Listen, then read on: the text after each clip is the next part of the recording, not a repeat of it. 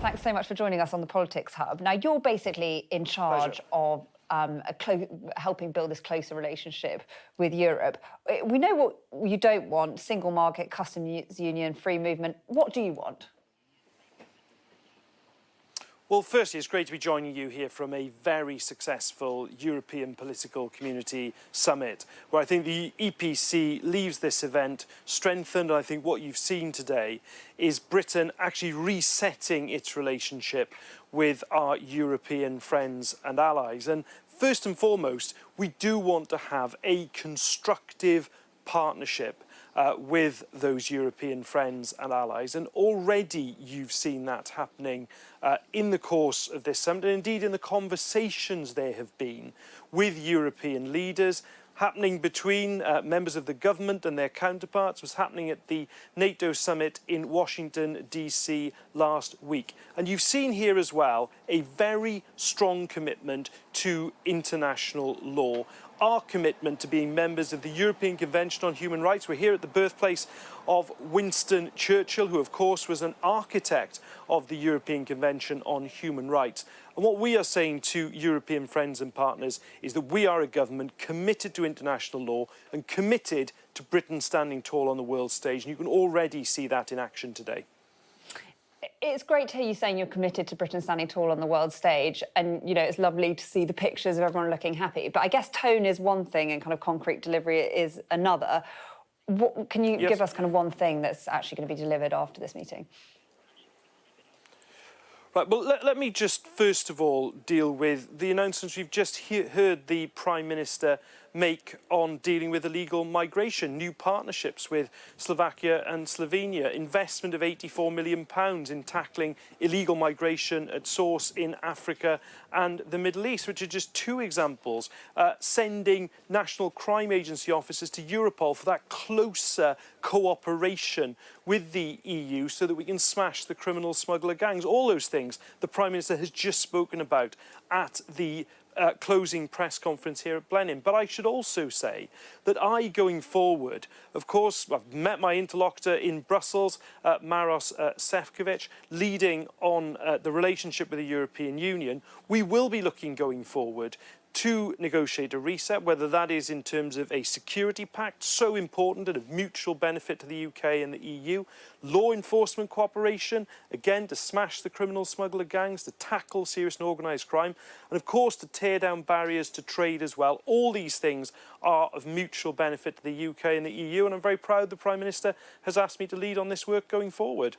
It's really interesting listening to you, because just to kind of quote you back, you just said closer cooperation to smash the smuggler gangs. This was Rishi Sunak last year at the very same meeting in Spain. Closer cooperation, tougher measures to crack down on people smugglers. I mean, it sounds almost identical. I know you're talking about £84 million here, but under Rishi Sunak, the government gave £500 million over 3 years to France to help curb small boat crossings. I know that's not exactly the same thing, but it kind of gives you a sense of the scale of what you're actually offering here.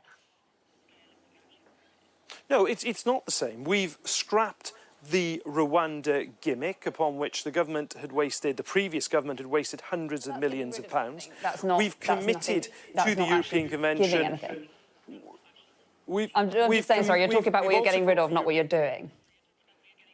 No, and I'll come to that. We've committed to, as well, the European Convention on Human Rights, when the last government's position was ambiguous, to say the least. And what we have spoken about and started to introduce and started the work on that's new is our Border Security Command, a Border Security Commander who would actually report directly to the Home Secretary. And unlike the previous government, which had this fragmented set of agencies, where you had, for example, immigration enforcement, you had Border Force, you had the Police, Crown Prosecution Service International. Instead of a fragmented system, bringing them all together, working as well with the intelligence agencies, with a Border Security Commander reporting directly to the Home Secretary, but also working more closely with Europol, for example, to really smash these criminal smuggler gangs across the continent.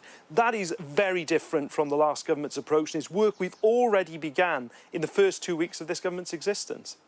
OK, the idea of return seems like it's going to be part of this. If you want to return migrants, what deal will there be in exchange? Will you agree to quotas of European migrants coming here? Well, firstly, let me just be absolutely clear about this, because the European Union, the member states of the European Union, have between themselves agreed a migration pact over recent years. That we will not be a part of that pact. We've not sought to be a part of that pact. That is something that they are perfectly entitled to agree between themselves. And what we are focusing on here at the European Political Community Summit at Blenheim Palace is actually the upstream work of trying to prevent people from actually going into the Channel in the first place. Now, the Prime Minister was previously the Director of Public Prosecutions. He smashed the terrorist gangs when he was in that position, in that role.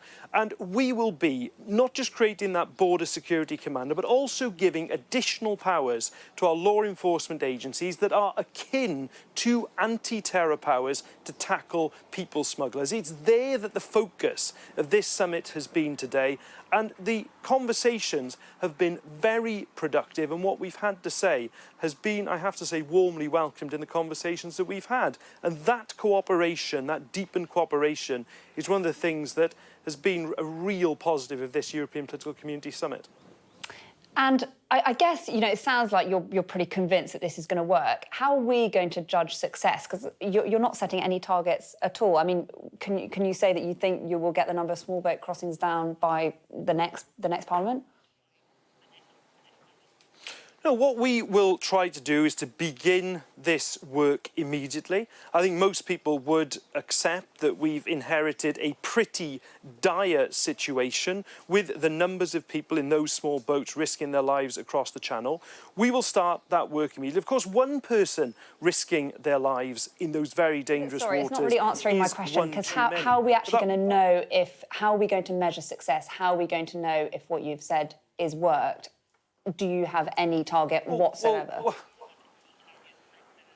Well, one person who is in those boats with their lives at risk is one too many. We are starting that work now. Of course, you will judge, as will the British public, judge its success and failure on whether it is effective or not, whether it does actually crack down on this vile trade in people smuggling. And of course, you'll be able to see evidence of that as the government starts to implement its policy. But we have to bear in mind as well the really dire nature of our inheritance and the scale of this challenge. We know the scale of this challenge. We know how difficult it is, but we are determined to do the work to tackle it.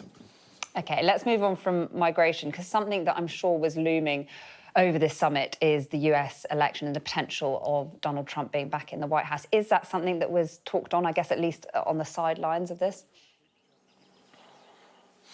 No, we've been talking here about Europe. We've been talking about European solidarity, backing President Zelensky and Ukraine. We've been talking about the shared challenges like we've just been discussing on illegal migration, but also tackling climate change. In respect of the American presidential election, that is a matter for the American people to decide. Whoever they elect as their president, we as the UK government will work with them. We have a special relationship, a deep special relationship, forged in the most difficult of historic circumstances, and I've no doubt that will endure into the future. But I guess Donald Trump and his running mate, J.D. Vance, have made pretty clear that they have a different view, perhaps, on Ukraine. Is that not something that concerns you? Well, let's just see what happens. I'm not going to start going into hypotheticals, starting to anticipate what may or may not happen. What happens here is that the American people have a decision to make.